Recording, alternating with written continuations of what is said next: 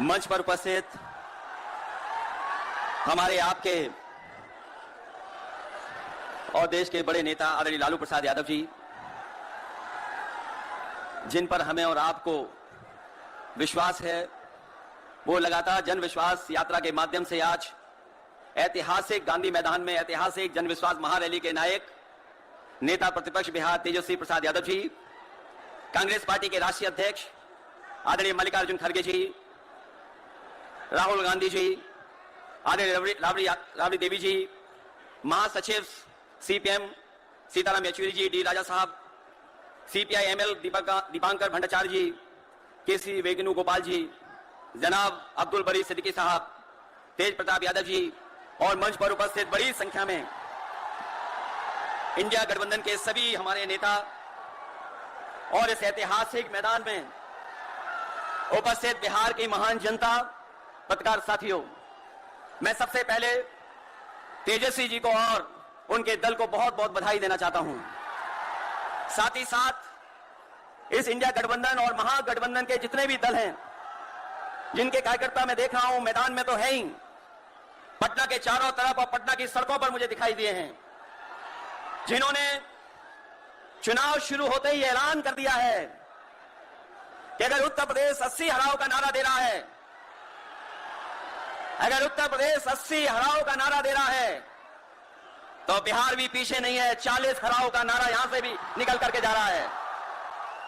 और अगर यूपी और बिहार मिलकर के 120 सीट हरा देंगे तो भारतीय जनता पार्टी का क्या होगा। मैं अभी सुन रहा था, हमारे कम्युनिस्ट पार्टी के नेता ये कह रहे थे कि समुद्र मंथन हुआ था कभी। समुद्र मंथन हमारे सभी लोगों को पता है समुद्र मंथन के दौरान क्या हुआ है, लेकिन इस ऐतिहासिक मैदान में मैं कहना चाहता हूं कि 2024 में संविधान मंथन होने जा रहा है। एक तरफ वो लोग हैं जो संविधान बचाना चाहते हैं, संविधान के रक्षक हैं, और दूसरी तरफ वो लोग हैं जो संविधान के भक्षक हैं, संविधान को खत्म करना चाहते हैं। मैं जब बिहार आया हूं आपके बीच में, जब मैंने अखबार उठा करके देखा तो एक युवती ने जान दे दी। एक बेटी जो परीक्षा में देकर के आई थी, क्योंकि परीक्षा को रद्द कर दिया गया, पेपर लीक हो गया, जिसके कारण उसने आत्महत्या कर ली और कहा कि मां बाप से मैं माफी मांगती हूं। यह उत्तर प्रदेश में एक घटना नहीं हुई है, उससे पहले भी कई नौजवानों ने, जिनको नौकरी नहीं मिली, उन्होंने अपनी जान दे दी।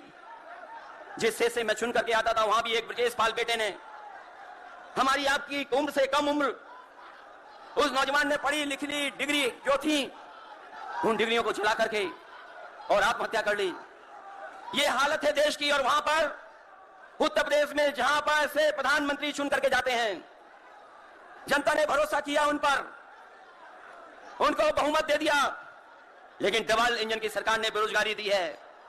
मुझे खुशी है कि तेजस्वी ने यहां पर नौकरियां दे दी, रोजगार दे दिए, और हम तो वहां 60 लाख बच्चे जिनको पेपर नहीं लिख पाए उनका हिसाब किताब लगाते हैं। उनका अगर हम बड़ा परिवार न माने, केवल 3 सदस्य परिवार के माने, बेटा और मां बाप, तो 60 का गुणा 3, 1 करोड़ 80 लाख वोट, और 1 करोड़ 80 लाख लोगों को अगर हमने भाग दे दिया 80 लोकसभा से, तो केवल उत्तर प्रदेश में 2,25,000 हर लोकसभा में वोट कम हो गया है। लेकिन तेजस्वी ने बिहार में पलट करके दूसरा काम किया। अभी 3 लाख नौकरी दी, हिसाब लगा लो कितने परिवारों का जीवन बदला। और सोचो 10 लाख नौकरी मिल जाती तो कितना परिवारों का भविष्य बदल जाता। इसलिए जो लोग कहते हैं कि परिवार वाले हम लोग हैं, ये जो आरोप लगाते हैं परिवार वाला आरोप हम लोगों पर, मैं उन भारतीय जनता पार्टी के लोगों से कहना चाहता हूं कि भारतीय जनता पार्टी इस बात संकल्प ले कि किसी परिवार वाले को टिकट नहीं देंगे, और संकल्प ये भी ले कि किसी परिवार वाले से वोट मांगने भारतीय जनता पार्टी के लोग नहीं जाएंगे। मैं तो ये जोश देख रहा हूं यहां मैदान में।